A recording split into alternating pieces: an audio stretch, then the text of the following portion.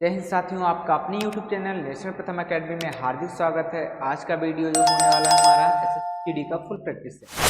तो पहले हम रीजनिंग को देखेंगे। रीजनिंग का पहला क्वेश्चन हमारा है, किसी कूट भाषा में इसको लिखा गया है। देखिए, कह रहे हैं एक निश्चित कूट भाषा में क्या लिखा है, ही इज लेट को क्या लिखा है, AH एंड HUN। देखिए, इसमें सबसे पहले हमको देखना किसका पूछा गया है। किसका पूछा है? अराइव्ड का पूछा गया है। किसका पूछा है? अराइव्ड का।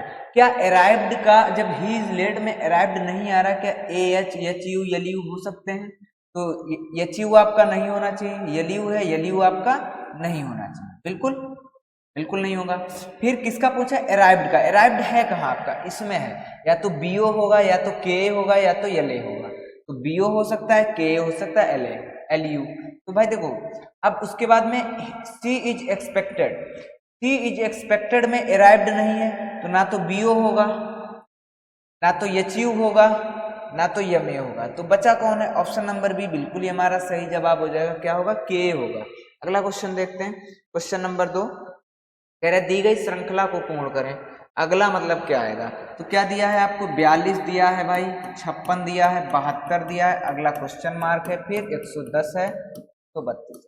इनका अंतर कितना है भाई? यहाँ पर कितना है? 42, कितना है? 14। 6 से 2 गया 4, 4। यहाँ पर कितना है? 12 से 6 गया 6, 16 के बाद में, इसके बाद में कितना यहाँ पर है? 22 है। फिर यहाँ पर कितना रहा होगा? देखिए, यहाँ पर 18 रहा होगा, यहाँ पर 20 रहा होगा, बिल्कुल 18। अगर हम 72 में 18 जोड़ेंगे तो कितना हो जाएगा? 90 हो जाएगा। 90 में जब 20 जोड़ेंगे तो 110 होगा। तो ऑप्शन नंबर क्या आ जाना चाहिए? बी आ जाना चाहिए। ऑप्शन नंबर बी बिल्कुल ही हमारा सही जवाब हो जाएगा। अगला क्वेश्चन देखते हैं। अगला क्वेश्चन आपका रिलेशन का A प्लस बी का अर्थ है बी ए का पिता है। तो सबसे पहले देखिए, A प्लस बी का अर्थ क्या है? बी ए का पिता है। बी जो है वो A का पिता है, ए का पिता है। B माइनस सी का अर्थ है, मतलब B माइनस सी का मतलब है C B की माता है। C किसकी माता है? B की माता है। और $C का अर्थ है, $C का अर्थ है जो है D C का पति है। D जो है वो C का पति है। क्लियर? D A से किस प्रकार, मतलब D कौन है? A का। देखिए कौन होगा भाई? दादा होगा। कौन होगा? दादा होना चाहिए। क्या होना चाहिए? दादा होना चाहिए। ऑप्शन नंबर बी बिल्कुल ही हमारा सही जवाब हो जाएगा। अगला क्वेश्चन देखते हैं, क्वेश्चन नंबर 4। कह रहा है छात्र यदि कक्षा, मतलब कक्षा में कौन लोग आते हैं? छात्र लोग आते हैं। तो देश किस में आते हैं? देश जो है आपके महाद्वीप में आते हैं। किस में आते हैं? महाद्वीप में आते हैं। ऑप्शन नंबर बी बिल्कुल ही हमारा सही जवाब हो जाएगा। अगला क्वेश्चन देखते हैं, क्वेश्चन नंबर 5 में क्या कह रहा है? अगला पद क्या होगा? देखिए, W कितने पे आता है? 23। 23 से 3 कम करेंगे 20, और 20 से 3 कम करेंगे 17, 17 से 3 कम करेंगे 14, 14 पे क्या आता है? यन आता है। आपका यहाँ भी नहीं है, यहाँ भी नहीं है, यहाँ भी नहीं है। ऑप्शन नंबर बी बिल्कुल ही हमारा सही हो जाएगा। क्या आएगा? NXXJ आएगा। क्या आएगा? NXXJ आ जाएगा। Option number B. अगला क्वेश्चन देखते हैं, क्वेश्चन नंबर 6 क्या है? अगला पद आपको बताना है। क्या बताना है? अगला पद। देखिए, एक एक के बाद 2, मतलब एक में एक जोड़ दिया 2, और फिर 2 और 1 3, 3 और 2 5, 5 और 3 8, 8 5 13 आना चाहिए। कितना आना चाहिए? 8 5 13 आना चाहिए। ऑप्शन नंबर बी बिल्कुल ही हमारा सही जवाब हो जाएगा। अगला क्वेश्चन देखते हैं, क्वेश्चन नंबर 7। कह रहा है कौन सा समीकरण आपको चेंज करना चाहिए? अब देखिए, डिवाइड, सबसे पहले हम क्या देखेंगे? डिवाइड को चेक करेंगे। अब देखिए, डिवाइड आपका यहाँ पहले नंबर, दूसरे नंबर पे है, तो 2 से 14 को डिवाइड कर सकते हैं। यहाँ भी है, यहाँ भी है, और यहाँ तीसरे नंबर पे 1 से 2। तो हम इसमें क्या करेंगे भाई? फिल करके ही रखना पड़ेगा। तो 6 बराबर में कितना आ रहा है? 52 आ रहा है। 6 गुणे में 14 डिवाइड बाई 2, और माइनस का 1, और गुणे में 11, और बराबर में 52 आना चाहिए, बिल्कुल। अब 2 सत्ते 14, 7 छंग 42, और माइनस 11 52 हो सकता है? नहीं हो सकता है, बिल्कुल। ऑप्शन नंबर ए बिल्कुल ही हमारा गलत होगा। यहाँ पर देखिए, 6 गुणे में 14 डिवाइड बाई 2 माइनस का 1 माइनस का 11, बराबर में क्या आना चाहिए? 52 आना चाहिए। 2 सत्ते 14, 7 छंग 42। इतना तो पता है कि इस पार कितना हो रहा है? 42 हो रहा है। उस पार का 12 अगर घटाएंगे तो कितना आ जाएगा? 30 आ जाएगा। यहाँ पर क्या आना चाहिए? लगभग में प्लस हो जाना चाहिए, तो हमारा बन सकता है, बिल्कुल। तो ये भी गलत है। इसको देखते हैं भाई, क्या है? 6 गुणे में 14 डिवाइड बाई 2 माइनस का 1 प्लस का 11, बराबर में 52 होना चाहिए। तो 2 सत्ते 14, 7 छंग 42, और इस बार माइनस का 1 और प्लस का 11 का मतलब प्लस का बचेगा 10, बराबर में क्या आना चाहिए? 52। 52 बराबर कितना हो गया? 52। ऑप्शन नंबर सी बिल्कुल ही हमारा फिट बैठ रहा है। क्लियर? अगला क्वेश्चन देखते हैं। आकृति आपको ज्ञात करनी कि ये आकृति किसमें निहित है, घुमाना अनिवार्य नहीं है। बिल्कुल।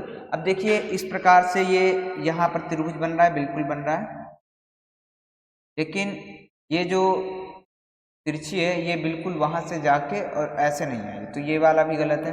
क्या इसमें ये आकृति यहाँ पर ये ऊपर तो गया लेकिन यहाँ पर कट नहीं हुआ, में भी नहीं है। ऑप्शन नंबर ए में होगी। देखिए कहाँ पे होगी भाई, ये है, ये बिल्कुल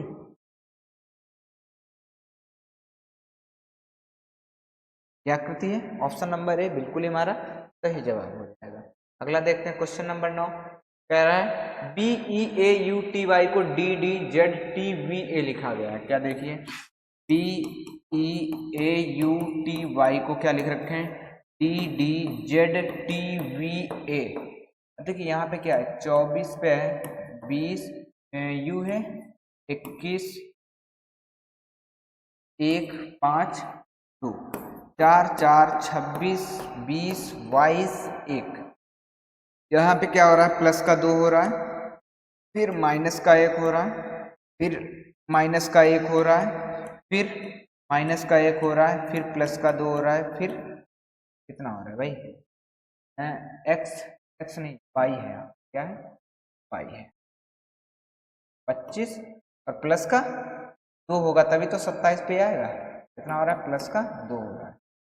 अब देखिए प्लस का 2 माइनस 1 माइनस 1 माइनस 1 प्लस का 2 प्लस का 2, कोई सीरीज बन रही है, या तो प्लस 2 माइनस 1 प्लस 2 ऐसा होना चाहिए। यहाँ पे 3। अब देखिए ये क्या है आपके बॉवेल से, मतलब बॉवेल में माइनस 1 कर रहे हैं, कॉन्सोनेंट्स में प्लस 2 कर। क्लियर, यही हो रहा है। अब क्या है आपका CLEAVE।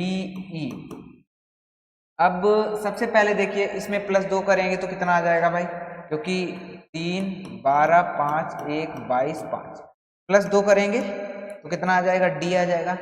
प्लस 2 करेंगे एन आ जाएगा, क्यों, क्योंकि कॉन्सोनेंट से। इसमें माइनस 2 करेंगे तो क्या आ जाएगा, सी आ जाएगा। माइनस 2 नहीं, माइनस 1 करेंगे तो क्या आ जाएगा, डी आ जाएगा। डी एंड डी, यहाँ पे ई आना चाहिए। सी में अगर 2 जोड़ेंगे तो ई एंड डी आना है। ई एन डी आपका ENG ENG ENG END। Option number D बिल्कुल हमारा सही हो जाएगा। क्लियर। अगला क्वेश्चन देखते हैं, क्वेश्चन नंबर 10। कह रहा है आपको जल प्रतिबिंब, वो दर्पण प्रतिबिंब आपको ज्ञात करना। अब देखिए डी बिल्कुल है, बड़ा डी है, तो यहाँ छोटा डी आना चाहिए, बिल्कुल गलत हो जाएगा। अब देखिए लास्ट में लास्ट वाला जाएगा, ए यहाँ पे छोटा दे दिया, ए यहाँ पर छोटा दे दिया। Option number C. हमें सभी लेटर नहीं चेक करने, first and last capital and small letters check कर लेने, हमारा आंसर आ जाएगा। अगला क्वेश्चन नंबर 11। शुतुरमुर्ग क्या है, पक्षी है, और मेढक क्या है, एक उभयचर प्राणी। कैसा है, एक उभयचर है। ऑप्शन नंबर सी बिल्कुल ही हमारा सही जवाब हो जाएगा भाई। अगला क्वेश्चन देखते हैं, क्वेश्चन नंबर 12 क्या है, 65 वो 64 को क्या लिख रखे हैं, 5। 64 किसका स्क्वायर होता है, 8, तो 3 कम कर दिए। 49 होता है 7, तो 3 कम कर दिए। 81 होता है 9, 9 में से 3 कम करेंगे 6। ऑप्शन नंबर ए बिल्कुल ही हमारा सही जवाब हो जाएगा। अगला क्वेश्चन देखते हैं, अगला क्वेश्चन है 5 विद्यार्थी हैं एक वृत्ताकार मेज के परीक्षा बैठे हैं। 5 लोग हैं, 1 2 3 4 5, ठीक 5 लोग बैठे हैं। डी ए के दाईं ओर, ए के दाईं ओर कौन बैठा है, डी बैठा है, बगल में बैठा है। सी डी या ए के ठीक बगल में नहीं बैठा, ना तो सी यहाँ पर बैठा है, ना तो सी यहाँ पर बैठा है। सी कहाँ पर बैठा है, ई सी के दाईं ओर, ई जो है सी के दाईं ओर कौन बैठा है, ई बैठा है। बचा कौन है, बी, बी को यहाँ पर बिठाएंगे। डी के ठीक दाईं ओर कौन बैठा है, बी बैठा है। ऑप्शन नंबर ए बिल्कुल ही हमारा सही जवाब हो जाएगा। अगला क्वेश्चन देखते हैं, अगला क्वेश्चन फिर से सीटिंग अरेंजमेंट का है। कह रहा है 2 आ गया भाई।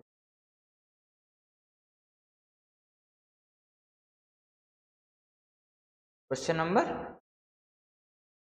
14, बिल्कुल 7 व्यक्ति हैं एक सीधी पंक्ति में बैठे। 7 व्यक्ति कैसे हैं, एक सीधी पंक्ति में बैठे हैं, बिल्कुल।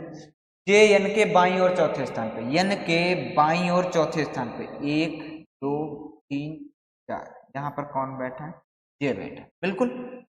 ओ जे के दाईं ओर तीसरे, जे के दाईं ओर तीसरे स्थान पे 1 2 3 कौन बैठा है, यहाँ पर ओ बैठा है। यम ओ के बाईं ओर चौथे स्थान पे 1 2 3 4 कौन बैठा है, यम बैठा है, बिल्कुल। पी और एल के बीच में केवल 3 व्यक्ति बैठे हैं, यल के बाईं ओर कोई नहीं बैठा है। और कितने व्यक्ति हैं? 1 2 3 4 5 6 और 7वां व्यक्ति यहाँ पर बैठ जाएगा। और जो कि यल के बाईं ओर कोई नहीं बैठा तो यल आपका यहाँ पर बैठेगा, इसके बाईं ओर कोई नहीं बैठेगा। और कह रहा है यल और पी के बीच में 3 लोग बैठे हैं, 1 2 3 लोग बैठेंगे यल और पी के बीच में। क्लियर? अब कौन बचा है भाई? जे एन हो गया, ओ हो गया, पी हो गया, कौन बचा? के आपका यहाँ पे। बिल्कुल। क्या पूछ रहा है भाई? पंक्ति के दाएं सिरे से दूसरे स्थान पे कौन बैठा है? ओ बैठा। ऑप्शन नंबर डी बिल्कुल ही हमारा सही जवाब हो जाएगा। अगला क्वेश्चन देखते हैं भाई, क्वेश्चन नंबर 15। क्वेश्चन नंबर 15 क्या कह रहा है? कुछ कुर्सियां बेड है, कुछ कुर्सियां जो हैं बेड है। ये कुर्सियां हैं, इनमें से क्या है? कुछ जो है बेड है। बिल्कुल। कुछ मेज डेस्क है, अभी मेज भी नहीं है डेस्क भी नहीं, इसको रोक है। सभी बेड मेज है, सभी जो बेड हैं वो क्या है? वो मेज के अंतर्गत है। क्या है? मेज है। और कुछ मेज डेस्क है, कुछ मेज जो है वो डेस्क है। ये तो डायग्राम बनेगा। बिल्कुल। अब निष्कर्ष क्या? कुछ कुर्सियां मेज हैं। क्या कुछ कुर्सियां मेज हैं? बिल्कुल सही बात है, ऑप्शन नंबर पहला तो सही है भाई। निष्कर्ष। कुछ डेस्क बेड है, कुछ डेस्क क्या बेड के अंतर्गत आ रही है? नहीं आ रही, बिल्कुल गलत। कुछ डेस्क कुर्सियां हैं, कुछ डेस्क कुर्सियां हैं, कहाँ डेस्क कहाँ कुर्सियां? ये भी गलत। तो पहला निष्कर्ष अनुसरण करता है, तो सभी नहीं कर रहे हैं, केवल दूसरा नहीं कर रहा, केवल पहला अनुसरण। ऑप्शन नंबर सी बिल्कुल ही हमारा सही जवाब हो जाएगा। अगला क्वेश्चन देखते हैं, क्वेश्चन नंबर 16। अगली आकृति आपको बतानी।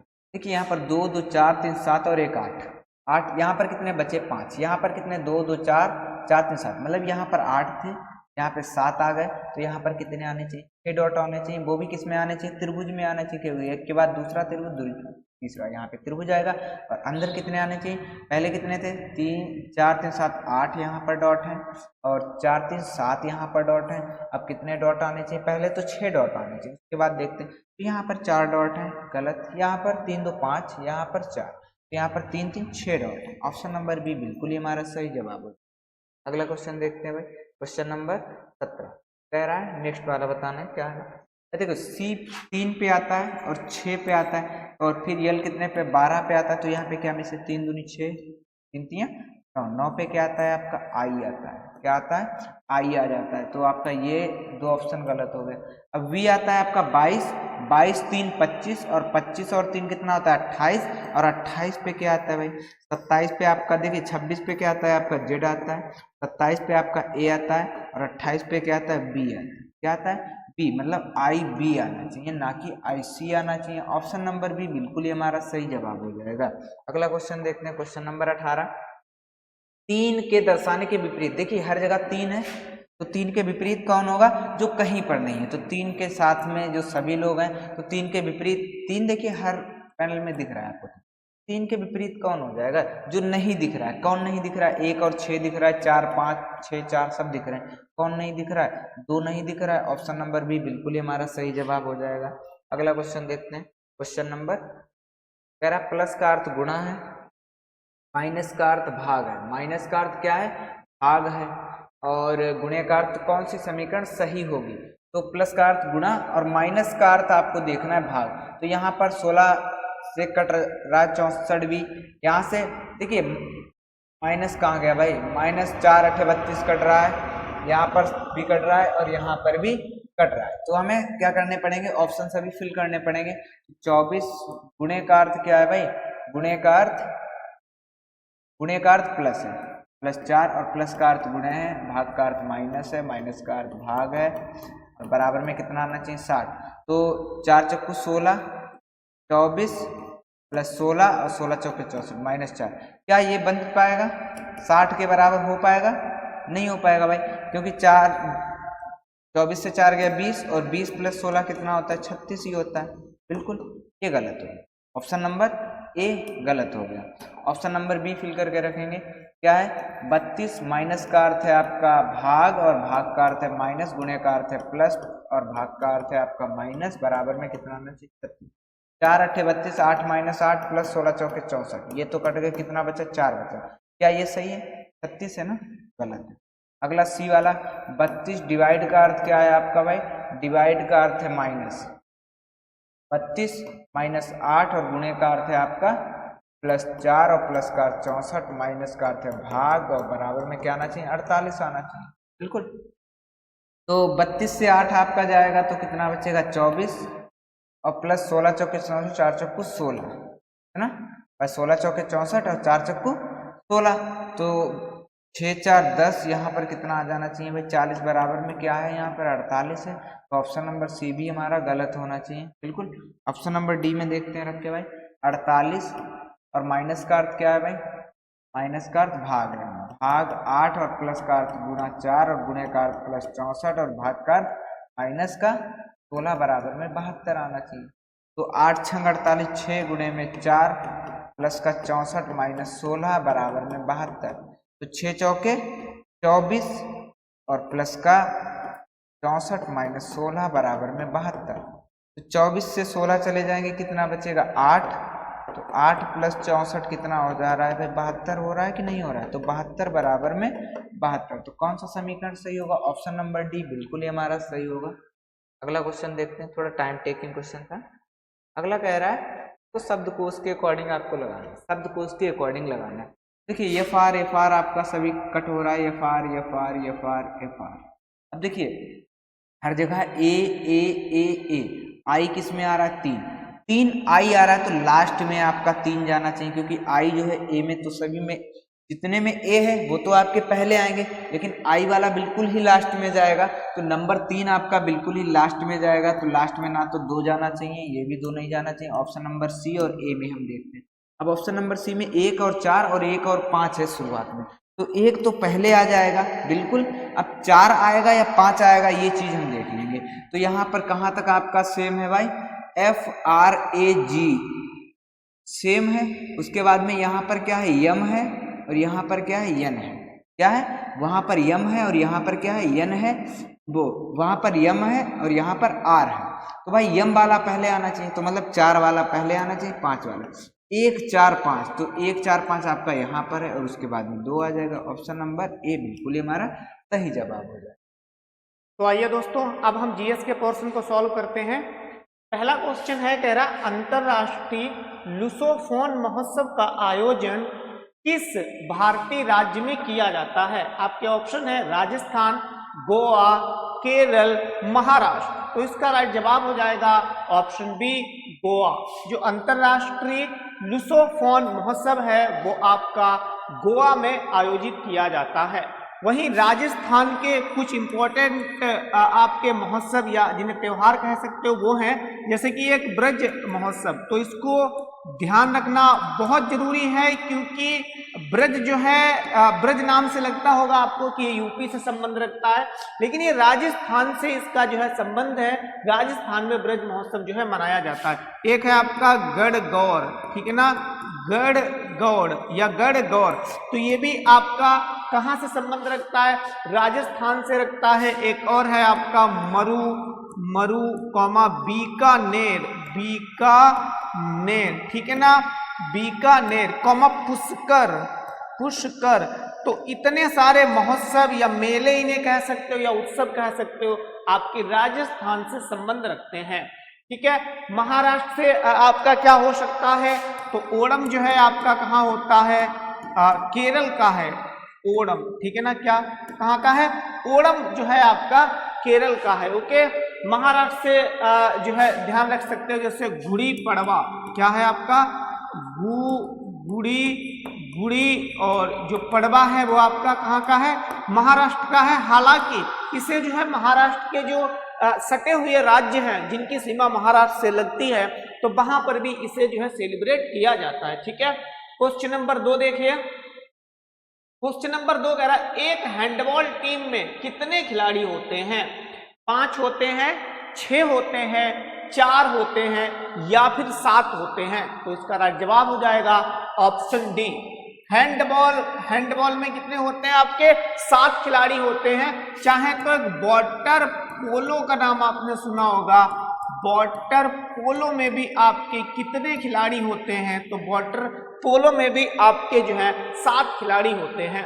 वहीं अगर हम 4 की बात करें तो खाली पोलो जो होता है खेल, तो उसमें आपके कितने होते हैं? 4 होते हैं। वहीं 11 किन किन में होते हैं?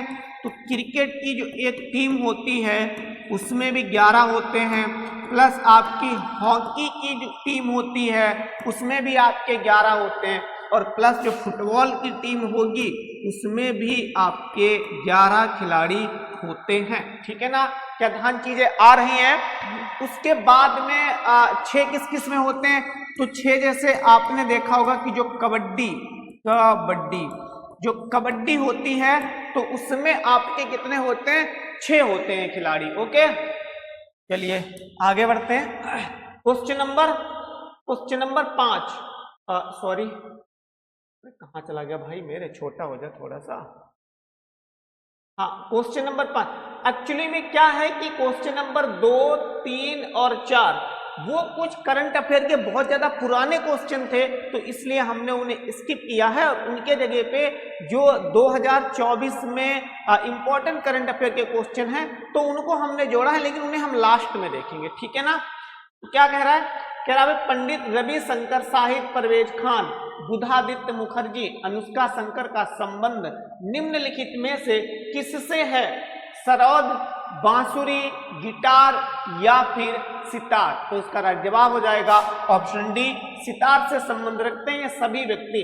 पंडित रविशंकर, मैंने जब वीडियो बनाया था तो बताया था रवि मीन्स होता है सूरज। क्या होता है? सूरज। और सूर्य क्या है? एक तो सूर्य आपका तारा है। इस नाम के लास्ट में आप देखेंगे तार या तारा का उच्चारण निकल रहा है, तो यहां से आप लिंक बना सकते हैं। ओके, क्वेश्चन नंबर अगला देखिए, क्वेश्चन नंबर 6, भारत के प्रथम कन्या विद्यालय की स्थापना निम्नलिखित में से किसने की थी? उषा मेहता ने, सावित्रीबाई फूले ने, या फिर विजय लक्ष्मी पंडित ने, या फिर सरोजिनी नायडू ने? तो इसका राइट जवाब हो जाएगा ऑप्शन बी, सावित्रीबाई फूले ने। इनके बारे में कुछ और जान लेते हैं। सावित्रीबाई फूले जो ज्योतिबा राव फूले हैं,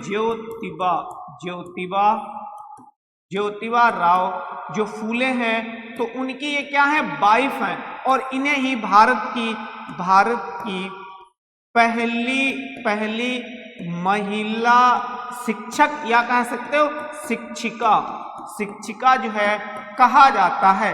इन्होंने ही भारत में पहला कन्या विद्यालय खोला था, और कहाँ खोला था? तो पुणे में जो है ये पहला कन्या विद्यालय खोलती हैं। इन्होंने जो है भारत में महिलाओं को लेके काफी ज्यादा काम किया, जैसे उन्हें जो है शिक्षित करने का काम किया। इन्होंने महिलाओं को क्या किया? जो बेटियां होती थी, जो लड़कियां होती थी, उन्हें शिक्षित करने का काम किया। जो भारत में जो है जाति प्रथा या कह सकते हो जो बाल विवाह एक तरीके से प्रचलित था, बाल विवाह, तो इसको भी उन्होंने जो है समाप्त करने की वहां पे कोशिश की थी दक्षिण भारत में। बेसिकली ये महाराष्ट्र से जो है बिलोंग करती थी, और ज्योतिबा राव फूले की क्या थी? वाइफ थी। वही उषा मेहता है, ये आपके जब 1942 में गांधी जी द्वारा आपका भारत छोड़ो आंदोलन किया जाता है, तो इसमें सक्रिय रूप से भाग लेती हैं, इसलिए इनका नाम आपका इंपॉर्टेंट है। विजय लक्ष्मी पंडित कौन है? तो जब संविधान सभा जो है गठित की जाती है, संविधान सभा जो है गठित की जाती है, तो उसमें 15 महिलाएं भी शामिल थीं। कितनी? 15 महिलाएं शामिल थीं, जिनमें से आपकी एक विजय लक्ष्मी पंडित भी थी। हालांकि इसके अलावा बहुत सारी थी। विजय लक्ष्मी पंडित हो गई आपकी हैं, मालती चौधरी हो गई हैं, क्या हो गई हैं? मालती चौधरी हो गई हैं, आपकी सरोजिनी नायडू हो गई हैं, आपकी सुचेता कृपलानी। हालांकि बहुत हैं क्योंकि 15 है ना, सुचेता कृपलानी। कुछ मैं इंपॉर्टेंट बता रहा हूं। आपकी एनी बेसेंट हो गई। कौन हो गई? एनी बेसेंट हो गई। तो ये कुछ महिलाएं थी जो क्या बनी? संविधान सभा में एक सदस्य के रूप में उनका अपॉइंटमेंट किया गया। वहीं सरोजिनी नायडू सबसे इंपॉर्टेंट भारतीय महिला है। ये भारत की पहली, क्या कह सकते हो, भारत की पहली महिला राज्यपाल भी नियुक्त की गई थी। महिला राज्यपाल भी नियुक्त की गई थी। और कहाँ की नियुक्त की गई थी? तो यूपी। ये यूपी की पहली, अगर पूछे भारत की पहली महिला राज्यपाल तो सरोजिनी नायडू। अगर पूछे यूपी की पहली या यूपी का पहला राज्यपाल, तब भी आप आंसर क्या दोगे? यूपी की पहली राज्यपाल, तब भी आप आंसर क्या दोगे? तब भी आप आंसर सरोजिनी नायडू ही दोगे। सरोजिनी नायडू को ही इंडिया में नाइटिंगेल ऑफ इंडिया कहा जाता है, अर्थात भारत की कोकिला। क्या कहा जाता है? भारत की कोकिला इन्हें कहा जाता है, क्योंकि इन्होंने जो है अपने लाइफ में, अपने जीवन में बहुत सारी कविताएं लिखी हैं। इनका एक कविता संग्रह है, संकलन है, जिसका नाम है द गोल्डन थ्रेशोल्ड। क्या नाम है? दी गोल्डन थ्रेशोल्ड। ठीक है, इसको नाम याद रखोगे। कभी कभी इनका जो है नाम भी, जो इनकी कविता का संग्रह है उसका नाम भी पूछ लिया जाता है। एक चीज और ध्यान रखिए, यहीं पे एक चीज और ध्यान रखिए। क्या ध्यान रखोगे? कि जो सरोजिनी नायडू है, ये जो भारतीय राष्ट्रीय कांग्रेस थी, तो उसकी पहली भारतीय महिला अध्यक्षा थी। अधिवेशन की जिन्होंने अध्यक्षता की थी, महिला अध्यक्षा थी इन्होंने, जो है सन 1925 में जो कानपुर में आपका अधिवेशन हुआ था कांग्रेस का, तो उसकी इन्होंने अध्यक्षता भी की थी। ठीक है ना? चलिए आगे बढ़ते हैं। क्वेश्चन नंबर है भाई 6। भारतीय संविधान अपने सभी के लिए सार्वभौमिक वयस्क मताधिकार की गारंटी देता है। कह रहा नागरिकों और गैर नागरिकों के लिए, नागरिकों के लिए या शिक्षित व्यक्तियों के लिए या करदाताओं के लिए। तो यहाँ पे राइट जवाब हो जाएगा ऑप्शन बी। आपको अगर इसका मतलब पता है सार्वभौमिक वयस्क मताधिकार, तो कोई दिक्कत नहीं होगी, आप आंसर ऐसे ही निकाल लेंगे। अगर आपको थोड़ा भी पता है सार्वभौमिक वयस्क मताधिकार जो है, ये जो हम वोट डालते हैं वोट से संबंधित है, तब भी आप इसका आंसर निकाल सकते हो। कह रहा नागरिकों, चलो भाई ठीक है, नागरिकों को तो आपने वोट डालने का अधिकार दे दिया, क्या गैर नागरिकों को भी वोट डालने का अधिकार जो है भारत में दिया गया है? आपने देखा है कोई विदेशी नागरिक है और यहाँ पे वोट डाल रहा हो तो गलत हो गया। नागरिक तो सही है, लेकिन ये गैर नागरिक गलत हो गया।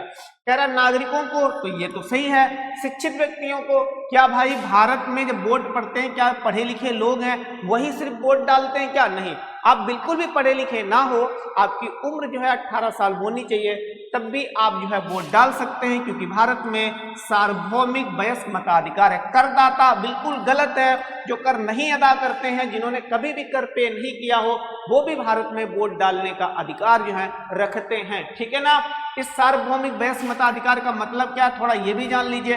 इसका मतलब है चाहे आप कोई भी धर्म के हो, चाहे आप कोई भी धर्म के हो और कोई भी जाति के हो, अमीर हो गरीब हो कैसे भी हो, लेकिन आपकी अगर राष्ट्रीयता मतलब आपकी सिटीजनशिप अगर इंडियन है और आपकी उम्र जो है 18 साल हो चुकी है, तो ये जो राइट है वोट डालने का, उसी को बोलते हैं सार्वभौमिक वयस्क मताधिकार। ठीक है ना? ये एक चीज और ध्यान रखिए, सार्वभौमिक वयस्क मताधिकार है, पहले इसकी उम्र कितनी थी, जो वोट लोग डालते थे तो उनकी उम्र 21 वर्ष थी, लेकिन सन 1989 में जो है, सन 1989 में 61वां संविधान संशोधन, 61वां संशोधन अधिनियम के तहत इसमें संशोधन किया गया और तब इसकी उम्र जो है कम कर दी गई, और कितनी कर दी गई, 18 वर्ष जो है आपकी कर दी गई। तब से अभी भी जो है 18 वर्ष ही इसकी जो है मिनिमम एज रखी गई है। 1989 ईयर जो इम्पोर्टेंट है, आपने पहले देखा होगा कि जो भारत का चुनाव आयोग होता है, निर्वाचन आयोग होता है, इलेक्शन कमीशन ऑफ इंडिया, जब इसकी स्थापना की गई थी कब, 25 जनवरी 1950 को, तब इसमें मात्र एक सदस्य हुआ करता था, लेकिन 1989 में 3 सदस्यीय ये आयोग बना दिया गया। कौन? चुनाव आयोग। एक तो आपका जो चीफ चुनाव आयोग होता है और 2 इसके सहायक अन्य चुनाव आयोग होते हैं। ठीक है ना, तो इतनी चीज आपको जो है ध्यान में रखते हुए चलना है। ओके, अगला क्वेश्चन देखते हैं। इंडिया अर्थात भारत, आगे डैश लगा है क्या है? देश का संघ है, विश्व का संघ है, राज्यों का संघ है या राज्यों का संघीय है? इस क्वेश्चन को आप अगर समझ पाओगे तभी कर पाओगे, वरना बड़ा मुश्किल होगा यहाँ पे आंसर देना। तेरा देश का संघ, विश्व का संघ, राज्यों का संघ या फिर राज्यों का संघीय है? तो भारत जो है अनुच्छेद 1 में, इसका पहले आंसर जान लीजिए, इसका आंसर होगा ऑप्शन सी, राज्यों का एक संघ। इसका मतलब क्या है? जब हम संविधान का अनुच्छेद 1 पढ़ते हैं तो उसमें लिखा होता है कि भारत जो है वो राज्यों का संघ है। इसका मतलब क्या है? इसका मतलब ये है कि जो पूरा भारत है, मान लो ये पूरा भारत है, क्या है? ये पूरा आपका भारत है, ठीक है ना, ये पूरा भारत है, और भारत में आपके राज्य भी होंगे, क्या होंगे? राज्य भी होंगे, आपकी यूटी भी होंगी, राज्य भी होंगे, और आपका क्या होगा? यूटी भी होगी। तो इसको हम पूरे को बोल देते हैं संघ। क्या बोलते हैं? संघ या फिर केंद्र बोलते हैं इसी चीज को। समझ में आया? अब कहा गया अनुच्छेद 1 में लिखा भारत राज्यों का संघ। इसका मतलब है कि जो संघ है वो भारत के राज्य और यूटी सभी ने मिलके बनाया है, तो इसीलिए इसको क्या बोलेंगे? राज्यों का संघ। क्या विश्व का संघ? भाई भारत विश्व का संघ है? बिल्कुल गलत। देश का संघ है? बिल्कुल गलत है, क्योंकि अभी तो बता रही है राज्य भी है, इसमें यूटी भी है, राज्यों का संघीय नहीं। बकवास कर रहा है। ऑप्शन आपका सी बिल्कुल राइट होना चाहिए। एक चीज और ध्यान रख लीजिए, इसीलिए भारत के संघ को हम क्या कहते हैं? भारत के संघ को कहते हैं विनाशी। ये चीज थोड़ा समझ लीजिए यहाँ पे, विनाशी राज्यों का अविनाशी संघ। इसका मतलब थोड़ा सा समझ लीजिए, नहीं तो आपसे पूछा जा सकता है। अविनाशी संघ, इसका मतलब यह है कि अगर कोई भी भारत का क्षेत्र, चाहे राज्य हो चाहे यूटी हो, अगर एक बार भारत में वो विलय हो गया, आ गया, तो फिर वो अपनी मर्जी से भारतीय जो संघ है, जो फेडरेशन है, उससे अलग नहीं हो सकता। बल्कि अगर भारत चाहे, मतलब जो केंद्र या संघ चाहे, तो उसके राज्य की जो सीमा होती है, जो उसका नाम होता है, तो उसमें परिवर्तन कर सकती है। इसीलिए कहा गया है कि भाई विनाशी राज्यों, मतलब राज्य अपने आप को अलग नहीं कर सकते, विनाश अपना नहीं कर सकते, तो राज्यों को विनाशी कहा गया है। ठीक है, और अविनाशी संघ, और संघ को क्या कहा गया है? अविनाशी कहा गया है। ठीक है ना, तो ध्यान रखना इतनी चीज, आपसे फैक्ट्स जो है पूछा जा सकता है।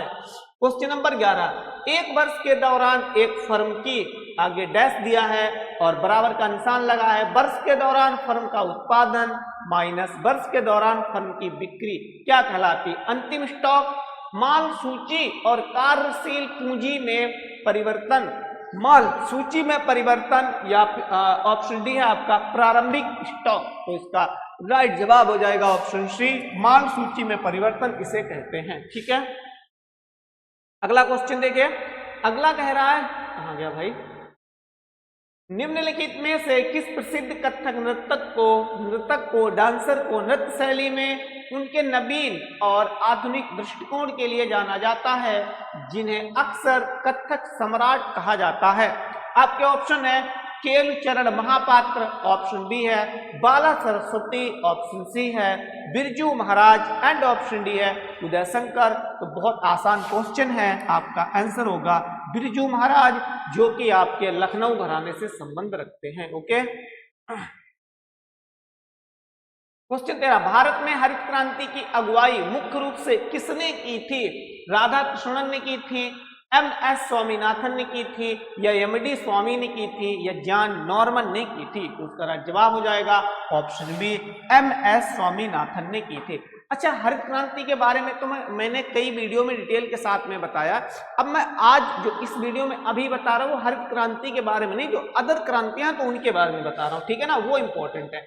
जैसे एक होती है श्वेत क्रांति, क्या होती है? श्वेत क्रांति। ठीक है ना, श्वेत क्रांति, तो ये आपकी 1970 में शुरू हुई, और किसने शुरू की? तो वर्गीज, एक डॉक्टर थे वर्गीज कुरियन, तो इन्होंने जो है भारत में श्वेत क्रांति शुरू की। संबंध किससे रखती है? तो जो दुग्ध उत्पादन होता है, जो दूध उत्पादन होता है, उससे संबंध रखती है। इसके उत्पादन को बढ़ाना ही आपका क्या कहलाया? श्वेत क्रांति। और जो है इसी क्रांति के तहत एक ऑपरेशन शुरू किया गया जिसका नाम रखा गया ऑपरेशन फ्लड। तो ये ऑपरेशन जो फ्लड है ये बहुत इंपॉर्टेंट है, इसको ध्यान रखना। पूछा जाएगा ऑपरेशन फ्लड किससे रिलेट करता है, तो आप बताओगे जो श्वेत क्रांति थी या जो दुग्ध उत्पादन था उससे संबंध रखता है, ठीक है ना।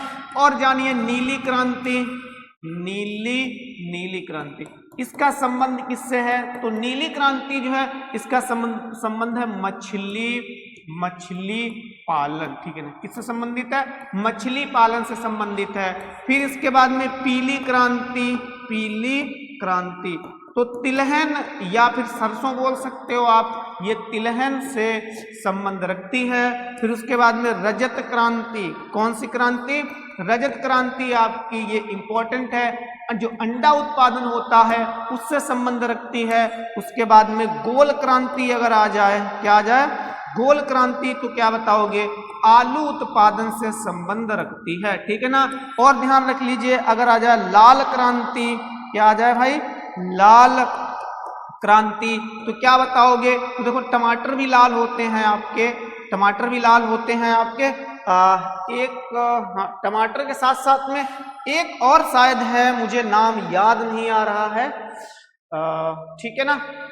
आप लोग कमेंट में बताएं कि जो लाल क्रांति वो दो चीजों से संबंधित है, एक तो टमाटर और एक शायद कुछ और है। कुछ और यहाँ पे जान लीजिए। गुलाबी क्रांति बहुत इंपॉर्टेंट है, गुलाबी क्रांति जो है काफी बार पूछी गई है। तो जो गुलाबी क्रांति है वो क्या बोलते हैं? प्याज, एक प्याज उत्पादन और कॉमा जो झींगा होता है, क्या होता है? झींगा, तो झींगा से संबंध रखती है आपकी क्या? गुलाबी क्रांति। फिर एक कृष्ण क्रांति का नाम ध्यान रख सकते हो, इसका कृष्ण क्रांति, ठीक है ना। इसका कृष्ण क्रांति का, तो भारत में जो पेट्रोलियम है, क्या है? जो पेट्रोलियम है कॉमा जो कोयला है, तो इसके उत्पादन से संबंध रखती है। कौन सी? आपकी कृष्ण क्रांति, ओके।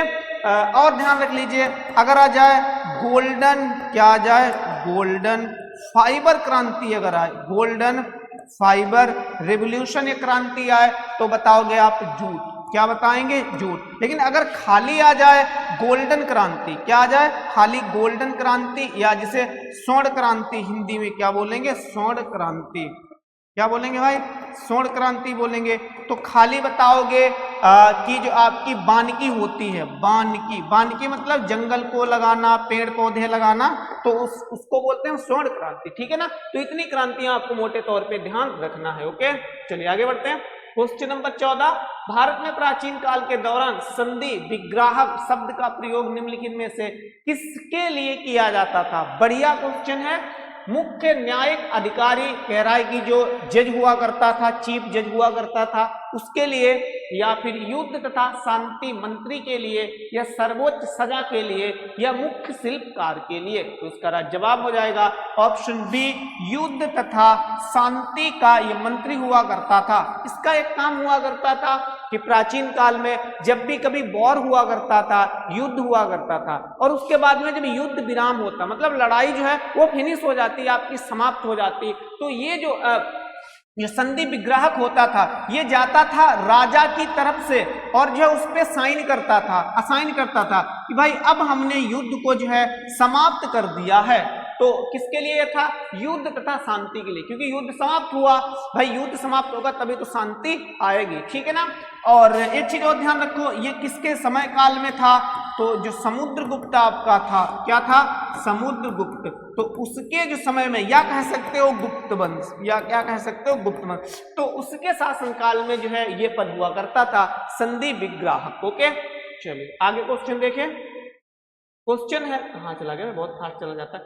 10वीं पंचवर्षीय योजना की समयावधि निम्नलिखित में से कौन सी है? 2002 से 2007, या फिर 1997 से 2002, या फिर 2007 से 2012, या फिर 2012 से 2017। क्वेश्चन गलत होने की कोई पॉसिबिलिटी नहीं है, क्वेश्चन गलत ना हो, ठीक है ना। तो इसका जवाब क्या हो जाएगा? ऑप्शन ए 2002 से 2007 तक जो आपकी 10वीं थी। आपको नहीं पता लेकिन लास्ट वाली तो पता होगा भाई। कुल मिला के 12 पंचवर्षीय योजना हुई है, तो ये 12वीं हो गई। 11वीं आपसे कहां से कहां तक होगी? 2000 इससे भाई 5 कम करिए तो 2007 तक आपकी कौन सी हो जाएगी? 11वीं हो जाएगी। 10वीं बता रहा तो इसमें 5 कम करिए तो 2002 से ये कौन सी हो जाएगी? 10वीं हो जाएगी, है ना। 10वीं तो पूछी थी, तो आपका आंसर आना चाहिए ऑप्शन ए। ओके, चलिए क्वेश्चन नंबर 16। पंजीयक एवं जनगणना आयुक्त का कार्यकाल भारत सरकार के निम्नलिखित में से किस मंत्रालय के तहत आता है? वाणिज्य एवं उद्योग मंत्रालय के तहत आता है, श्रम और रोजगार मंत्रालय के तहत आता है, या कह रहा सांख्यिकी और कार्यक्रम कार्यान्वयन मंत्रालय के तहत आता है, या गृह मंत्रालय के तहत आता है? तो इसका राइट जवाब हो जाएगा ऑप्शन डी, गृह मंत्रालय के तहत जो है आपका ये जो है पंजीयक एवं जनगणना आयुक्त का कार्यालय आता है। इसका मुख्य काम क्या होता है? तो जो जनगणना होती है ना, जनगणना, तो वही इसका मुख्य काम होता है। जनगणना करना इसका मुख्य काम होता है, और ये जो है आपका कार्यालय गृह मंत्रालय के तहत आता है। गृह मंत्रालय के तहत कुछ और आते हैं, जैसे आपने सीबीआई का नाम सुना होगा, central bureau of investigation. CBI का नाम तो सभी ने सुना होगा, मूवी में भी देखा होगा। सीबीआई है आपका, एनआईए है, एनआईए है, नेशनल इन्वेस्टिगेशन एजेंसी। तो ये भी आपके जो है गृह मंत्रालय के तहत ही आते हैं, ठीक है ना। तो इनका भी नाम ध्यान रखना, क्योंकि हो सकता है अगली बार में ये पूछ ले कि ये किसके जो है उसके अंडर में आते हैं, तो आपको ध्यान में रखना। Okay, question number 17। प्रसिद्ध कुचिपुड़ी नर्तक डॉक्टर राजा रेड्डी ने निम्नलिखित में से किसे कलयुग सत्य भावा कहा था? ऑप्शन ए मयंक राव को, ऑप्शन बी कनक रेले को, ऑप्शन सी गीता महालिक को, ऑप्शन डी है शोभा नायडू को। तो इसका राइट जवाब होना चाहिए ऑप्शन डी, शोभा नायडू को कहा था। Question number 18। निम्नलिखित में से कौन सा तत्व आवर्त सारणी में पी ब्लॉक का हिस्सा है? तेरा ऑक्सीजन है, सिल्वर है, रेडियम है, या फिर हाइड्रोजन है? तो इसका राइट जवाब हो जाएगा ऑप्शन ए, ऑक्सीजन। क्या होगा? ऑप्शन ए इसका राइट जवाब हो जाएगा, ऑक्सीजन, ठीक है ना। कुछ ब्लॉक की बात हम कर लेते हैं, ब्लॉक की बात, क्योंकि ब्लॉक की बात आई है। तो कुल मिला के जो आवर्त सारणी है मोजले की, जो 1913 में दी गई थी उनके द्वारा, तो उसमें कुल मिला के जो है आपके चार आपके ब्लॉक हैं। क्या है? 4 आपके ब्लॉक हैं, जिसमें सबसे ज्यादा डी ब्लॉक में है और सबसे कम जो तत्व हैं वो यस ब्लॉक में। डी ब्लॉक में लगभग में 40 तत्व हैं और यस ब्लॉक में लगभग में आई थिंक 7 के आसपास है। यहाँ पे एक बार कंफर्म कर लेना, आई थिंक तो 7 ही हैं, हो सकता है मेरे से कहीं गलत हो रहा हो, तो आप एक बार जो इसे कंफर्म कर लें, ठीक है ना। चलिए आगे बढ़ते हैं। Question number 19। 1881 की जनगणना जो 17 फरवरी 1881 को द्वारा की गई थी, जेम्स प्रिंसेप के द्वारा की गई थी, या WC फ्लोडेन के द्वारा की गई थी, या JS बेल्स के द्वारा की गई थी, या H बेवरली के द्वारा की गई थी? उसका राइट जवाब हो जाएगा ऑप्शन बी, WC फ्लोडेन के द्वारा की गई थी। और इस समय जो भारत का वायसराय था वो आपका लॉर्ड रिपन था, ठीक है ना। ये नियमित जनगणना की बात हो रही है, नियमित जनगणना की यहाँ से शुरुआत हो जाती है। क्वेश्चन 20 है, भारतीय दंड संहिता IPC 1860 को निरस्त करता है, कानूनी सुधार संशोधन अधिनियम निरस्त करता है, या भारतीय न्यायपालिका अधिनियम निरस्त करता है, या भारतीय न्याय संहिता विधेयक निरस्त करता है, या आपराधिक संहिता उन्मूलन विधेयक निरस्त करता है? तो ऑप्शन सी इसका बिल्कुल राइट जवाब हो जाएगा।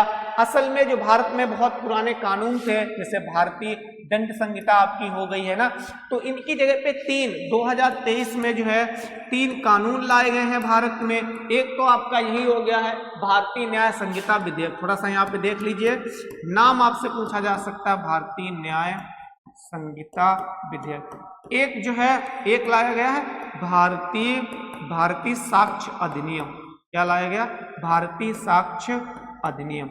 एक लाया गया है एक लाया गया है आपका भारतीय दंड सुधार विधेयक। इस तरीके से लाए गए हैं 3, और तीनों के तीनों कब लाए गए हैं? आपके 2023 में लाए गए हैं। एक आपको और ध्यान रखना है जो कि 2024 में लाया गया है, बहुत इंपॉर्टेंट है। इस अधिनियम का नाम है नारी शक्ति बंधन। मैं शॉर्ट में लिख रहा हूं नारी, चलो मैं पूरा ही लिख देता हूं भाई, नारी शक्ति बंधन, ठीक है ना। कब लाया गया? तो 2024 में ये जो है मतलब इंट्रोड्यूस किया गया, लाया गया। और इसमें क्या किया गया? तो ये जो है इससे संबंधित 3-4 चीजें आपको ध्यान रखना है। 128वां ये विधेयक था, क्या था? 128वां विधेयक था। 106वां ये संविधान संशोधन अधिनियम था। क्या था? संविधान संशोधन अधिनियम था, ठीक है। तो इसको जो है आपको ध्यान में रखना है। इसमें क्या किया गया? इसमें किया गया कि भारत के जितने भी राज्य हैं और यूटी हैं, तो उसमें जो महिलाएं हैं ना, उनको 1/3 आरक्षण दिया जाएगा। किन किन चीजों में? तो एक तो लोकसभा का चुनाव हो और दूसरा आपका विधानसभा का चुनाव हो। तो इन दोनों में 1/3 सीटों का आरक्षण करता है नारी शक्ति बंधन अधिनियम 2024। क्या है ये? 128वां विधेयक है और 106वां जो है संविधान संशोधन अधिनियम है, ठीक है। अब जो है हमारे क्वेश्चन मैथ के होंगे। पहला क्वेश्चन क्या है हमारा मैथ का? एक दुकानदार अंकित मूल्य पर 15% की छूट देने के बाद भी 8% का लाभ ले रहा है। मतलब अब भी जो है वो 108% पे बेच रहा है वस्तु। बिल्कुल। स्टॉक को खाली करने के लिए दुकानदार X% की क्रमिक छूट देता है और कोई लाभ ना हो, हानि मतलब नहीं हो, ना तो लाभ हो ना तो हानि हो, तो X का मान मतलब कितनी अब छूट दे कि ना तो लाभ हो और ना तो हानि। टोटल CP हम कितना मांगते हैं? 100%। तो 100% तक जाने के लिए हमको कितनी छूट देनी पड़ेगी? 8 छूट देनी पड़ेगी। किस पे? 108 पे, गुणे में 100। बिल्कुल। कट रहा है किसी से? 4 से। 4 दूनी 8, 4 दूनी 8, 4 सत्ते 28, 200 बटे में 27, 200 बटे में 27। कितनी बार जाएगा आपका? 7 बार काटो। 7 सत्ती 49, 7 दूनी 14, 4 18, 189। 10 से 9 गया 1, 9 से 8 गया 1, 11 पॉइंट लगाएंगे 0। अब कितनी बार जाएगा भाई? 7.27, 4 बार। 4 सत्ते 28, 4 दूनी 8, 2 10, 108। कितना बचा? 2, 7.4 है। ऑप्शन नंबर डी बिल्कुल हमारा सही जवाब है। अगला क्वेश्चन देखते हैं। क्वेश्चन नंबर 2 है, एक लड़का एक खिलौना कर 650 रुपये में खरीदता है और 750 में बेचता है। 650 में खरीद के 750 रुपये में बेचा, कितना प्रॉफिट ले रहा है? 100 रुपये का ले रहा है। कितने पे? 650 पे, गुणे में 100। 0 से 0, 13 × 5 = 65 और 5 दूनी 10, 200 बटे में 13। कितना आ गया? 200 बटे में 13, 13 एक कम 13, कितना बचा? 7, 70, 13 × 5 = 65, 15 पॉइंट कुछ, 15.38। ऑप्शन नंबर सी 15.38% आ जाएगा। बिल्कुल ऑप्शन नंबर सी। अगला क्वेश्चन देखते हैं, क्वेश्चन नंबर 3। क्वेश्चन नंबर 3 क्या कह रहा है? एक शंकु का वक्रपृष्ठीय क्षेत्रफल कितना है? 1100। शंकु का वक्रपृष्ठीय और व्यास कितना है? व्यास का मतलब 2r बराबर में है 28 सेंटीमीटर, तो r बराबर हो गया 14 सेंटीमीटर। पृष्ठीय क्षेत्रफल क्या होता है? पाई आर एल बराबर है 1100। पाई का मान है 22 बटे में 7, r का मान है 14 और यल हमको निकालना है बराबर में 1100। 7 दूनी 14, 22 पंचे 50, 2 से काटेंगे तो कितना आएगा? 25। यल बराबर में कितना हो जाएगा? 25 सेंटीमीटर। ऑप्शन नंबर सी बिल्कुल ही हमारा सही जवाब हो जाएगा। अगला क्वेश्चन देखते हैं, क्वेश्चन नंबर 4।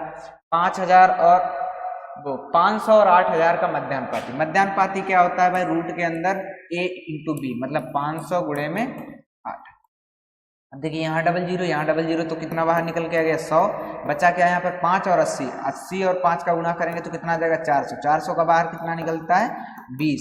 20 और 100 का मतलब 2000। कितना आना चाहिए? 2000 आना चाहिए। ऑप्शन नंबर सी बिल्कुल ही हमारा सही जवाब हो जाएगा। अगला क्वेश्चन देखते हैं, क्वेश्चन नंबर 5। यदि किसी धनराशि पर 6% वार्षिक दर से 2 वर्षों का साधारण ब्याज कितना है? 1800 रुपये, तो उसी धनराशि समान अवधि के लिए समान दर से वार्षिक रूप से चक्रवृद्धि ब्याज कितना होगा? अब देखिए साधारण ब्याज कितना है भाई? 1800 रुपये, मतलब दोनों वर्ष सेम पड़ा होगा तो एक वर्ष 900 हुआ होगा, अगले वर्ष भी 900 रहा होगा। और जो ये है आपका सिंपल इंटरेस्ट और कंपाउंड इंटरेस्ट, देखो पहले वर्ष तो दोनों जगह सेम ही रहेगा ना, पहले वर्ष तो सेम ही रहेगा। अगले वर्ष क्या हो जाएगा? इसके ऊपर थोड़ा ब्याज लग जाएगा। कितना भाई? ब्याज के ऊपर ब्याज, मतलब 6%, 9 छाक 54 रुपये बढ़ जाएगा ब्याज का। कितना अब मिलेगा उसको? 954 रुपये। तो कितना हो जाएगा भाई? 854 रुपये हो जाएगा compound interest. Option number A बिल्कुल ही हमारा सही जवाब हो जाएगा। अगला क्वेश्चन देखते हैं, क्वेश्चन नंबर 6। एक स्कूल बैग और एक जूते का मूल्य कितना है? बैग एंड शूज का मूल्य 11:9। स्कूल बैग का मूल्य जूते के मूल्य से 450 अधिक है। कितना अधिक है? यहाँ पर 2 बराबर में 450 है, तो किसका निकालना है भाई? जूते का मूल्य, मतलब 9 की वैल्यू निकालनी है। 450 गुणे में 9 बटे में 2। अब देखिए 2 से ये तो कट रहा है, 2 दूना 4, 2 दूना 4, 2 पंचे, और गुणे में 9 से मल्टी। अब 9 से गुणा करेंगे तो 9 के विभाज्यता का नियम क्या है? 9 के विभाज्यता का नियम इन संख्याओं में लगने थे। 5 2 7 और 1 8। 9 से कट रहा है, नहीं कट रहा है, तो इनका गुणा कैसे हुआ होगा? बिल्कुल 5 2 7, ये भी नहीं है, 2 ये भी नहीं है, 5 4 9, बिल्कुल इन दोनों की गुणा कितनी हुई होगी भाई? 2025 हुई होगी। डायरेक्टली विभाज्यता के नियम से भी हम लगा सकते हैं। जूते का मूल्य पूछा, 9 के गुणज में आना चाहिए। ठीक, अगला क्वेश्चन देखते हैं भाई। क्वेश्चन नंबर 7 है, 80 रुपए प्रत्येक की दर से 50 पुस्तकें, 60 रुपए प्रत्येक की दर से 46 कलम और 30 रुपए प्रत्येक की दर से 60 पेंसिलें खरीदती है। सभी स्टेशनरी वस्तुओं के औसत मूल्य की गणना करें और एवरेज निकालना है। अब देखिए 80 रुपए है, एक तरफ रुपए है और एक तरफ आपके आर्टिकल्स हैं, वस्तुएं हैं। रुपए और वस्तु कितनी? 80 रुपए की दर से 50 वस्तुएं खरीदी ना, तो 8 पंचे 40, 4000 रुपए। फिर 60 रुपए प्रत्येक की दर से 46, तो कितना हो गया? 6 चरंग 36, 6 चौके 24 और 3 24 3 27, 2760। और फिर 30 रुपए की दर से 60 पेंसिलें, 1800। तो टोटल खर्चा रुपए कितने हुए? 0 6 8 7 15 6 7 1 8, 8560 रुपए उसने खर्च किए। कितनी वस्तुएं टोटल ले ली भाई? 6 15 156 वस्तुएं। कितनी? तो एवरेज रुपए कितने हो गए भाई? 8560 बटे में 156 है ना, 156। 15 छक्का 90, 15 पचे 75, 5 बार जाएगा ना। 5 छक्का 30, 55 25 और 3 28, 5 एकम 5 2 7 700। कितना बचा? 6, 15 से 8 गया 7, 76 बचा। तो लगभग 5, शुरुआत में 5 यहाँ है, यहाँ नहीं, यहाँ नहीं, यहाँ नहीं। ऑप्शन नंबर डी 54.87 आएगा। क्लियर? कितना आएगा? 54.87 आ जाएगा। अगला क्वेश्चन देखते हैं, क्वेश्चन नंबर 8। अजीत एक कार्य को पूरा करने में अरुण से 2 गुना। अरुण और संजीव से 3 गुना और अरुण से 2 गुना। तो इसको हम किस रूप में मानेंगे? ये 6 हो गया। अरुण से कितना? 2 गुना, तो इसको 3, और इससे 3 गुना तो इसको 2। ये टाइम की क्या है? ये उनका टाइम का रेशियो है। तो इनकी मतलब कैपेसिटी, मतलब एफिशिएंसी का रेशियो क्या हो जाएगा? कैपेसिटी इनकी क्या हो जाएगी? कार्य करने की क्षमताएं क्या हो जाएंगी भाई? तो इस काम करेंगे 1/6 अनुपात 1/3 अनुपात 1/2। एलसीएम कितना है? 6, तो सभी को 6 से मल्टीपल, 2 3 6, 3 दूनी 6, 6 से 6, 1:2:3। ये इनका कार्य करने की क्षमता हो गई। 1 2 3। क्या कह रहे हैं? यदि वे तीनों एक साथ कार्य करते हुए 53 घंटे में, 53 घंटे में तीनों लोग काम कितना कर रहे हैं भाई? 3 2 5 और 6, तो 6 गुणे में 53, ये तीनों लोग मिलकर इतना काम करेंगे। और अकेले संजीव को काम करना है, तो संजीव की कैपेसिटी कितनी है? 3, तो 3 से डिवाइड कर देंगे। ये संजीव को समय लगेगा। क्या लगेगा? संजीव द्वारा समय। तो 3 दूनी 6, 2 3 6, 2 पंचे 10, 106 दिन। ऑप्शन नंबर 106 घंटे। ऑप्शन नंबर ए बिल्कुल ही हमारा सही जवाब हो जाएगा। अगला देखते हैं, क्वेश्चन नंबर 9।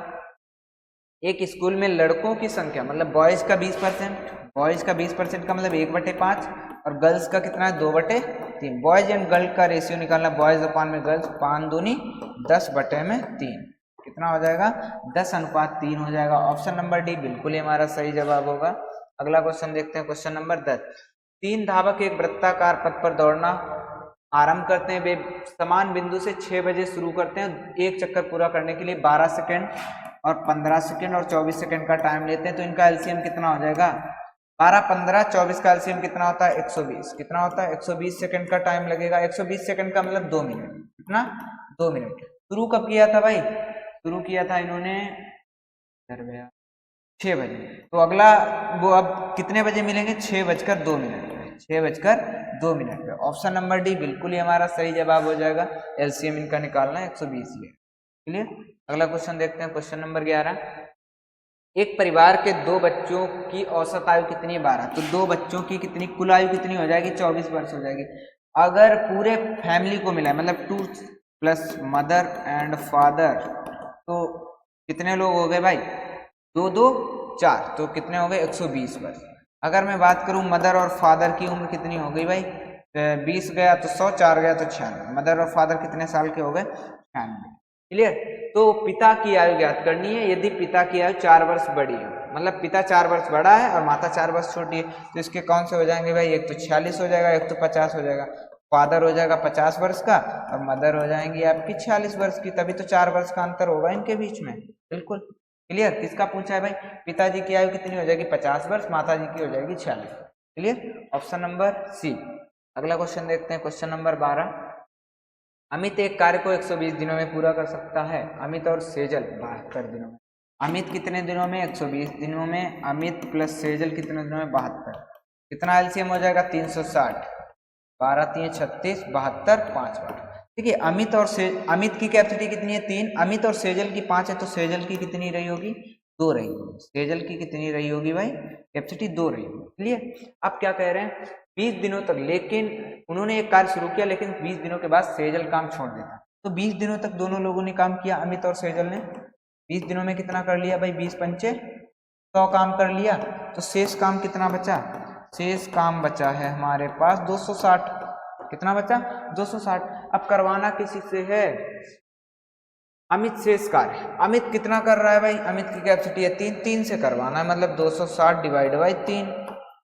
ये अमित, तो 3 अठे 24, 18, 86 सही, 86 दिन, 86 मतलब 6.6 आएगा, मतलब 87 दिन। कितना आएगा, 6.6।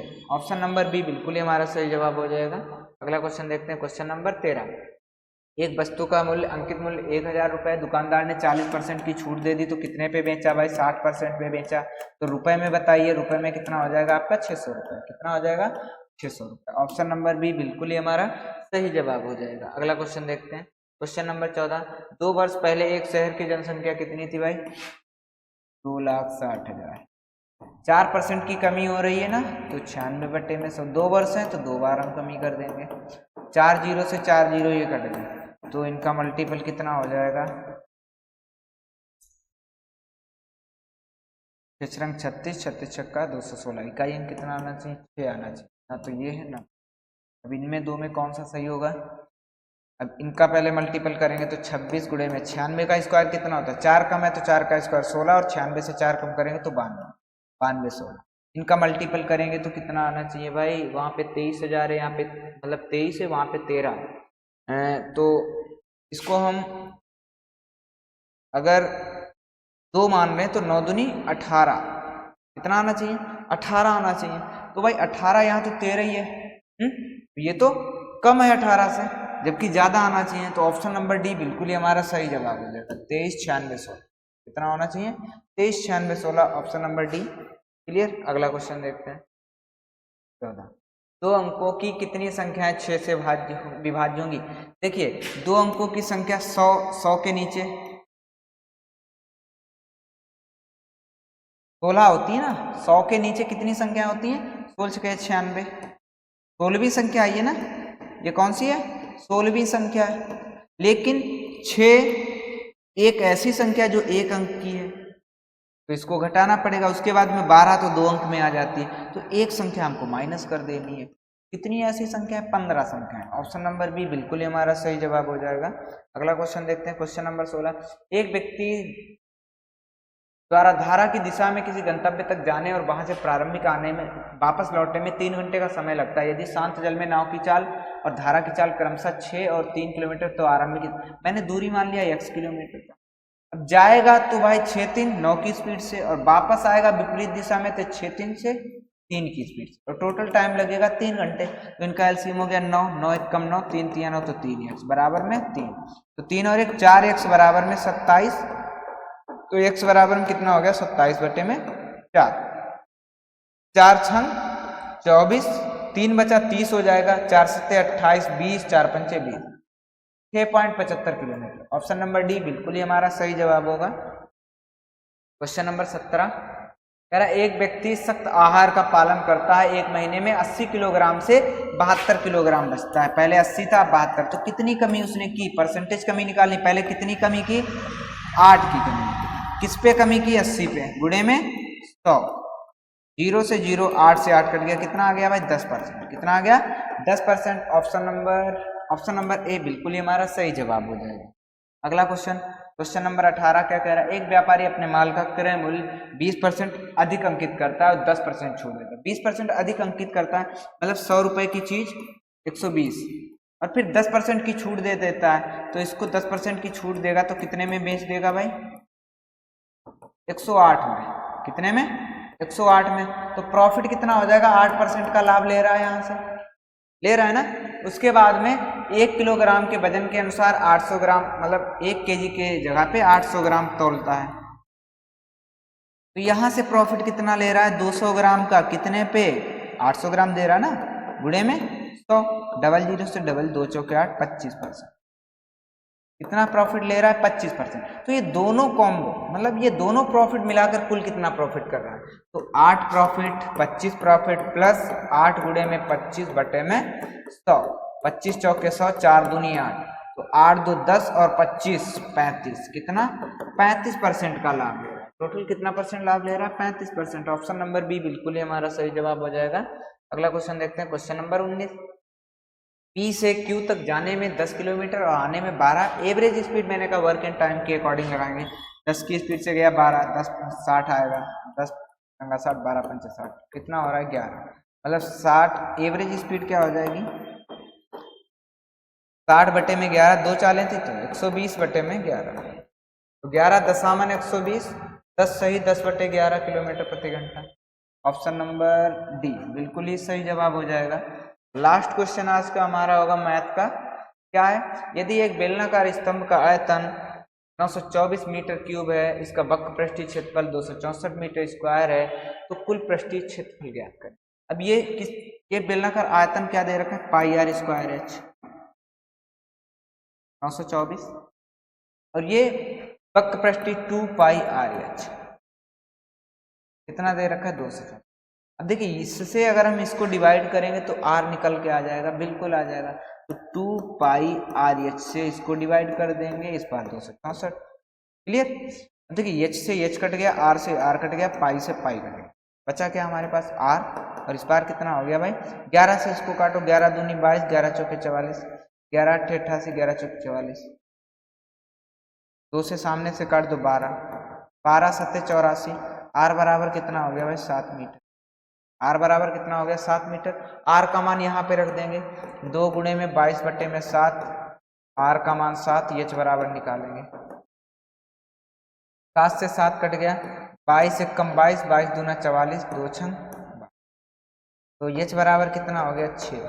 r का भी मान मिल गया, h का भी मान मिल गया, पूछ क्या रहा है कुल पृष्ठीय क्षेत्रफल। कुल पृष्ठीय क्षेत्रफल क्या होता है 2 पाई आर एच प्लस आर, यही तो होता है। तो 2 और सभी वैल्यू क्या है भाई पाई में आई है, कुछ पाई में कुछ विदाउट पाई। पाई को मान ऐसे ही रखेंगे 22, पाई का पाई रखो 7 गुणे में एच प्लस आर, 7 6 13, 23 7 91, 91 दूना 182 पाई, क्या 182 पाई मीटर स्क्वायर ऑप्शन में है, बिल्कुल ऑप्शन नंबर सी बिल्कुल ही हमारा सही जवाब होगा। क्लियर, आज का जो है हमारा मैथ और रीजनिंग का क्लियर हो चुका है। अब हम हिंदी के पोर्शन को देखेंगे, हालांकि इसके कुछ क्वेश्चन जो हैं वो जो करंट अफेयर के वो छूटे हुए हैं उन्हें हम लास्ट में देखेंगे, क्योंकि लास्ट में हमने उन्हें ऐड किया है। कह रहा आज भी गांव में लोगों के घरों में खूंटी बनी हुई दिखाई देती हैं। ऊपर कहा गया है कि भैया क्या करना है, पर्यायवाची, खूंटी का पर्यायवाची क्या होता है, मेख होता है या नीरव होता है या रंज होता है या छूछा होता है, तो इसका राइट जवाब हो जाएगा ऑप्शन ए, मेख इसका राइट जवाब होगा। ठीक है, क्वेश्चन नंबर 2 कह रहा है निम्नलिखित में से 4 विकल्पों में से सही विकल्प का चयन करो जो वाक्यांश के लिए एक शब्द का विकल्प हो जो बहुत क्रूर व्यवहार करता हो, उसको क्या कहते हैं, आचारपूत कहेंगे या आश्वस्त कहेंगे या आतताई कहेंगे या आक्रांत कहेंगे, तो उसका राइट जवाब हो जाएगा ऑप्शन सी, इसको हम आतताई बोलते हैं। आक्रांत का मतलब होता है कि जिस पर आक्रमण किया गया हो आक्रांत। अनाक्रांत का मतलब होता है जिस पे आक्रमण ना किया गया हो तो उसका मतलब होता है अनाक्रांत।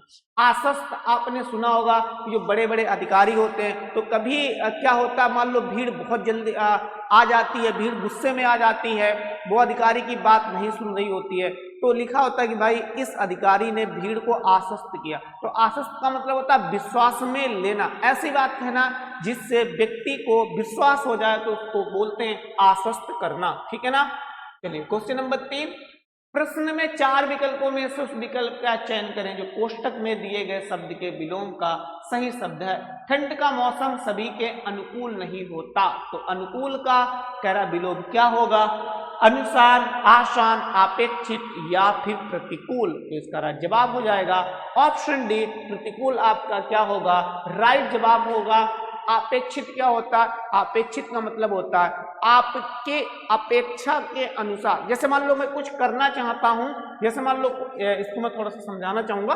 जैसे मान लो कोई ये व्यक्ति है, ठीक है ना, कोई ये व्यक्ति है, अरे भाई आजा, ये कोई व्यक्ति है, ये जा रहा है कहीं बाजार में, ठीक है ना, बाजार में कहीं जा रहा है, तो ये मान लो मेरे लिए कुछ लाता है, शर्ट लाता है, और मैंने पहले से ऐसा सोच के रखा था कि ये व्यक्ति जब बाजार जाएगा तो मेरे लिए एक शर्ट लाएगा। तो हमारे इच्छा के अनुसार या हमारी अपेक्षा के अनुसार इसने काम किया, तो इसी को हम बोलते हैं अपेक्षित। ओके, चलिए क्वेश्चन नंबर कौन सा भाई, चौथा, समाज की जितनी दुर्गति पहले कभी नहीं हुई, इसमें कह रहा है गलत क्या है, आप गलत बताएं।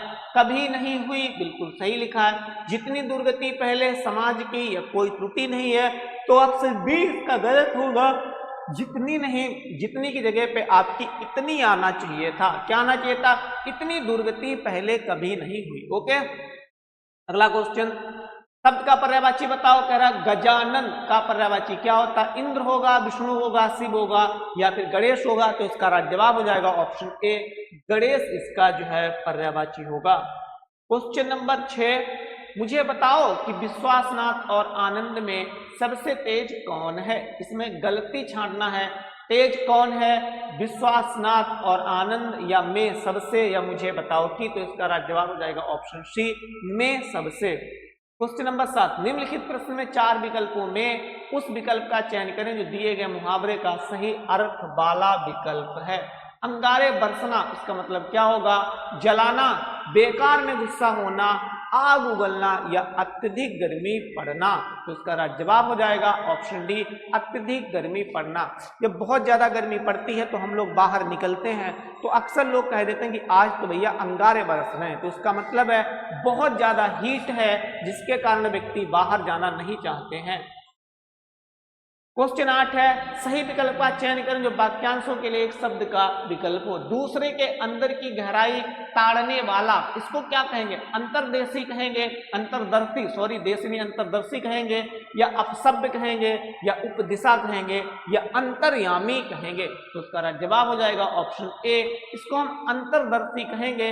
अंतर्यामी होता है कि जो अपने अंदर की बात को जान ले उसको हम अंतर्यामी कहते हैं। ठीक है ना। चलिए क्वेश्चन 9, इसमें करना हमें क्या कह रहा है कि यहाँ पे क्या आएगा, लेकिन है क्या, तद्भव रूप। मैंने उस चीज को अर्ध और कह रहा है कि अर्ध की जगह पे क्या आएगा, आधा, कम, पूरा, थोड़ा। तो ऑप्शन सी यहाँ पे आधा आना चाहिए। ठीक है। क्वेश्चन 10, रेखांकित शब्द के लिए सही वर्तनी ज्ञात कीजिए। तुम्हारी बात का मलतब में समझा नहीं, तो मलतब गलत लिखा हुआ, कह रहा सही क्या होगा, तो भाई मतलब ऑप्शन ए इसका बिल्कुल राइट जवाब हो जाएगा। 11, रेखांकित शब्द के लिए सही वर्तनी ज्ञात कीजिए। कह रहा वह आपकी बात अवश्य सुनेगा, तो अवश्य नहीं अवश्य होता है, ऑप्शन ए आपका बिल्कुल राइट जवाब यहाँ पे हो जाएगा। क्वेश्चन 12 कह रहा है कि विलोम बताइए। सूर्य अस्त होते ही पक्षी चहचहाने लगते हैं, तो अस्त का विलोम क्या होगा भाई, अस्त मीन्स होता है ढलना, और इसका ठीक उल्टा होगा ऑप्शन सी, उदय। ठीक है ना। मुझे थोड़ा जल्दी करवाना है क्योंकि मुझे कहीं जाना है, इसलिए मैं थोड़ा सा फास्ट कर रहा हूं। सही विकल्प चुने। करना हमें क्या है, इसमें तत्सम शब्द बताना है। रोज सुबह सवेरे जल्दी उठ, उठना का कह रहा है कि तत्सम क्या होगा, उत्थिष्ट, उच्च, उत्पगते या उच्छ्वास, तो इसका राइट जवाब हो जाएगा ऑप्शन ए उत्थिष्ट, ये इसका तत्सम होगा। क्वेश्चन 14, निम्नलिखित में से दिए गए 4 विकल्पों में से उस विकल्प का चयन करें जो दिए गए मुहावरे के अर्थ को सर्वश्रेष्ठ रूप से व्यक्त करता है। लक्ष्मण की भ्रात भक्ति कह रहा है कि इसका जो है मुहावरे का मतलब क्या, अत्यंत प्रिय होना, भाई की खुशामद करना या भाई की निस्वार्थ सेवा, तो ऑप्शन सी बिल्कुल ही सही जवाब होगा, भाई की निस्वार्थ सेवा। क्वेश्चन 15, उसने एक मोती का हार खरीदा, कह रहा है कि इसमें इसको सही करिए, इसमें क्या गलत है।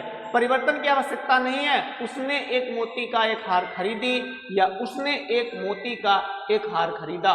उसने मोतियों का एक हार खरीदा, तो बिल्कुल ऑप्शन डी सही होगा, उसने मोतियों का एक हार। 16 देखते हैं, 16 क्या है भाई, अब जो है हमें इनमें से भरने पड़ेंगे, ठीक है। कह रहा है कि हमारे देश की यही, अब इनमें से क्या है, हमारे देश की यही दिखावा है कि यहाँ त्योहारों पर भरपूर आनंद मिलता है, हमारे देश की यही विशेषता है, बिल्कुल यहाँ पे ऑप्शन बी आना चाहिए। हमारे देश की यही विशेषता है कि यहाँ त्योहारों पर भरपूर आनंद मिलता है, क्योंकि हमारे देश में जो है रीजन वाइज त्योहार होते हैं, एक वर्ष में पता नहीं कितने त्योहार हम लोग फेस्टिवल्स मनाते हैं और उनमें कुछ ना कुछ विशेषता अवश्य होती है। फिर इसमें कह रहा है मेला हमारे जीवन में बहुत खुशी और क्या लेके आता, उपहास लेके आता है, स्वार्थ लेके आता है, दुख लेके आता है या आनंद लेके आता है, तो ऑप्शन डी बिल्कुल राइट होगा, आनंद लेके आता है। अगला क्वेश्चन कह रहा मेलों की क्या बच्चों को या बड़े सभी के चेहरों पर देखने को मिलती है, रौनक देखने को मिलती है या आपाधापी देखने को मिलती है या व्यवस्थाएं देखने को मिलती है या भाग दौड़ देखने के लिए मिलती है, तो ऑप्शन ए राइट होगा, रौनक देखने को मिलती है। अगला क्वेश्चन है मेलों में विभिन्न तरह के खेलों का क्या किया जाता है, उपयोग किया जाता है, आसान किया जाता है या आयोजन किया जाता है या प्रयोग किया जाता है, तो ऑप्शन सी राइट होगा, आयोजन किया जाता है। लास्ट क्वेश्चन है हिंदी का, मनुष्य मेलों में जाकर अपनी क्या दूर कर सकता है, थकान दूर कर सकता है, पहचान दूर कर सकता है, परिवार दूर कर सकता है या पैसों को दूर कर सकता है, तो आंसर होगा ऑप्शन ए, थकान दूर कर सकता है। ठीक है।